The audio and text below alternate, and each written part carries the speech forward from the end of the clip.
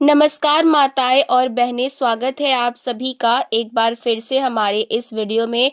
आज हम बात करने वाले छठ पूजा में भूल कर भी स्त्री को ये 5 चीज़ें गलती से भी नहीं पहननी चाहिए, नहीं तो उसका जीवन बर्बाद हो सकता है, उनका पति कंगाल हो सकता है, यहाँ तक कि उनके पति की मृत्यु भी हो सकती है। माताएं बहनें, अभी अभी 2 दिन पहले ही कथा में गुरुजी ने भी कहा है कि जो भी स्त्री होती है वो इन चीज़ों को गलती से भी छठ पूजा के व्रत के दौरान पहन ले तो उसका जीवन बर्बाद हो सकता है, वो कंगाल हो सकती है। सच्चे हृदय से, सच्चे मन से आज के वीडियो शुरू से लेकर अंत तक देख लेना और साथ में सच्चे हृदय से हर एक माता बहन के साथ इस वीडियो को शेयर करना, जिससे कि आपकी हर मनोकामना माता रानी तक पहुंच जाए और वो पूरी हो जाए। और कमेंट बॉक्स में जय छठी माता जरूर लिखिए। चलिए सबसे पहले जान लेते हैं कि वो कौन सी चीज़ है जो किसी भी माता बहन को छठ पूजा के दौरान भूलकर भी नहीं पहनना चाहिए।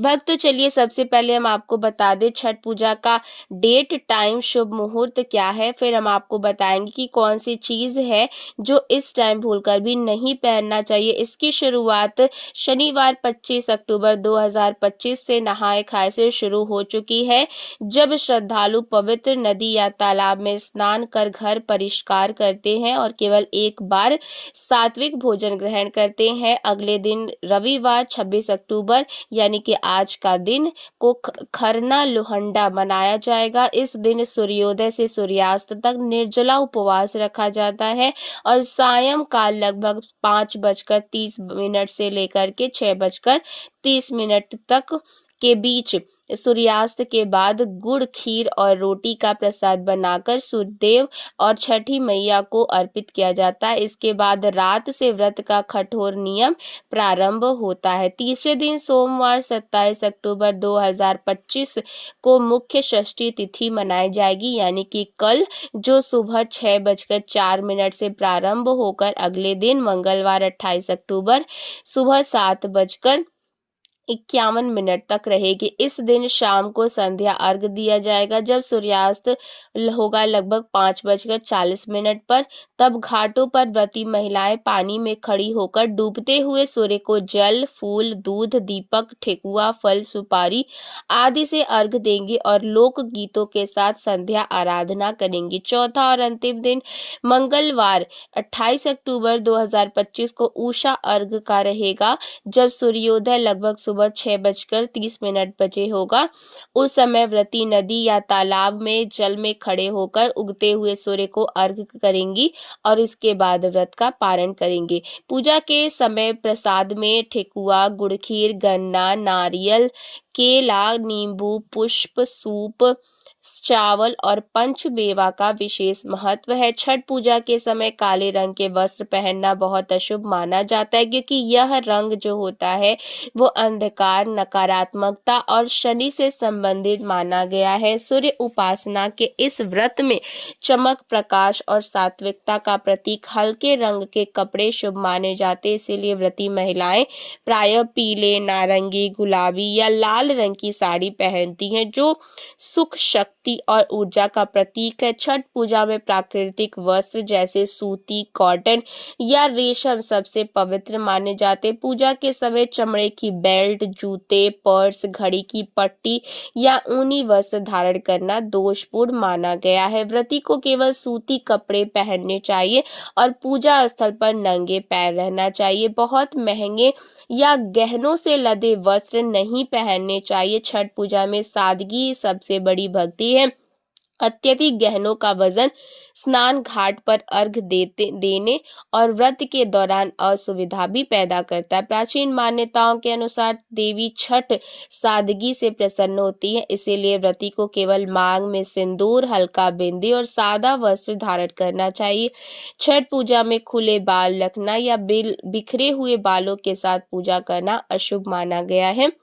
हिंदू परंपरा में खुले बालों को शोक और संयम और उग्रता का प्रतीक माना गया है। नेल पेंट, मेकअप या सुगंधित कॉस्मेटिक का उपयोग नहीं करना चाहिए। छठ व्रत का मूल भाव सादगी, स्वाभाविकता और शरीर मन की शुद्धि है। नेल पेंट, मस्कारा, लिपस्टिक या अत्यधिक मेकअप का उपयोग कृत्रिमता को दर्शाता है, जो व्रती के सात्विक भाव को कमजोर करता है। व्रती को स्नान के बाद केवल हल्का तेल या हल्दी का उबटन लगाना चाहिए और बिना श्रृंगार के पूजा करनी चाहिए। चप्पल, जूते या चमड़े की वस्तु पहनकर पूजा में नहीं जाना चाहिए। छठ पूजा में शुद्धता का विशेष ध्यान रखा जाता है, इसीलिए किसी भी प्रकार के चप्पल, जूते या चमड़े की वस्तु को धारण कर पूजा स्थल पर जाना पूरी तरीके से वर्जित है। छठ पूजा के दौरान अधिक गहने पहनना न केवल असुविधाजनक होता है, बल्कि ये दिखावे की भावना भी पैदा करता है, जो व्रत की पवित्रता के विपरीत है। मांस, मछली, अंडा, प्याज, लहसुन का सेवन करना छठ व्रत पूरी तरह सात्विकता, शुद्धता और पवित्रता का शोभित होता है। इस व्रत के दौरान मांस, मछली, अंडा, प्याज और लहसुन जैसी तामसिक वस्तुओं का सेवन सख्त वर्जित है। व्रत के दौरान गुस्सा, झगड़ा या कठोर वचन बोलना छठ माता की कृपा पाने के लिए मन की शांति सबसे आवश्यक है। यदि व्रती क्रोध करती है या फिर करता है, किसी से झगड़ता है या कठोर वचन बोलता है, तो उसका व्रत अधूरा रह जाता है। स्टील, प्लास्टिक या एल्यूमिनियम के बर्तन छठ पूजा के लिए अपवित्र माने गए हैं।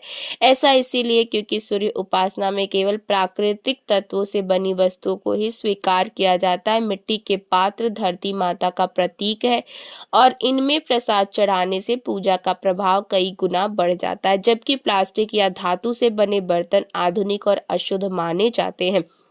इसीलिए व्रती को चाहिए कि वे पूजा की सामग्री मिट्टी या कांसे के बर्तन के पात्र में ही रखे। पूजा सामग्री को सीधे जमीन पर रखना छठ पूजा में ये बहुत बड़ी गलती मानी जाती है कि कोई व्यक्ति पूजा सामग्री जैसे ठेकुआ, दीपक, जल, नारियल आदि को सीधे जमीन पर रख दे। जमीन को हमेशा अशुद्ध माना जाता है, क्योंकि उस पर असंख्य जीव जंतु चलते हैं और धूल मिट्टी लगी होती है। छठ माता की पूजा में प्रत्येक वस्तु अत्यंत पवित्र होती है, इसीलिए सभी चीजों को सूप, टोकरी या थाली में रखकर ही अर्पण करना चाहिए। इससे न केवल पूजा का आदर बना रहता है, बल्कि व्रत का फल भी संपूर्ण रूप से प्राप्त होता है। ध्यान रहे कि पूजा सामग्री रखने से पहले स्थान को गंगा जल से छिड़क कर शुद्ध कर देना चाहिए। व्रत के दौरान जल या अन्न ग्रहण करना छठ व्रत 36 घंटे का निर्जला उपवास होता है। इसका अर्थ है कि व्रती ना तो जल पी सकता और ना कोई अन्न ग्रहण कर सकता। यह व्रत आत्म संयम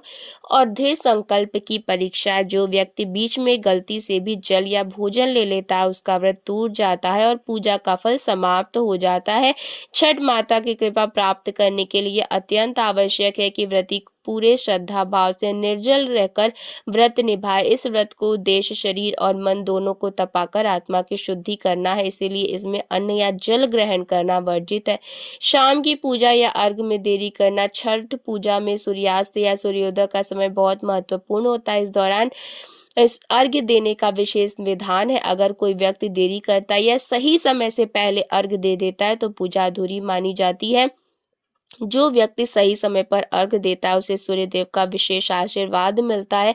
प्रसाद को स्वाद से लेकर चखना या गिरा देना छठ पूजा का प्रसाद अत्यंत पवित्र माना जाता है। इसे बनाते समय कोई भी व्यक्ति ना तो इसका स्वाद ले सकता है और ना ही इसे गिरा सकता है। प्रसाद बनाते समय शुद्धता, ध्यान रख और श्रद्धा आवश्यक है। यह प्रसाद केवल छठ माता और सूर्य देव को अर्पित करने के बाद ही ग्रहण किया जा सकता है। यदि प्रसाद गिर जाए तो उसे अशुद्ध माना जाता है और उसे दोबारा उपयोग में नहीं लेना चाहिए। व्रती को इसे बहुत सावधानी से संभालना चाहिए ताकि किसी भी प्रकार की अपवित्रता ना हो। ऐसा माना जाता है कि शुद्ध प्रसाद ही छठ माता की कृपा लाता है।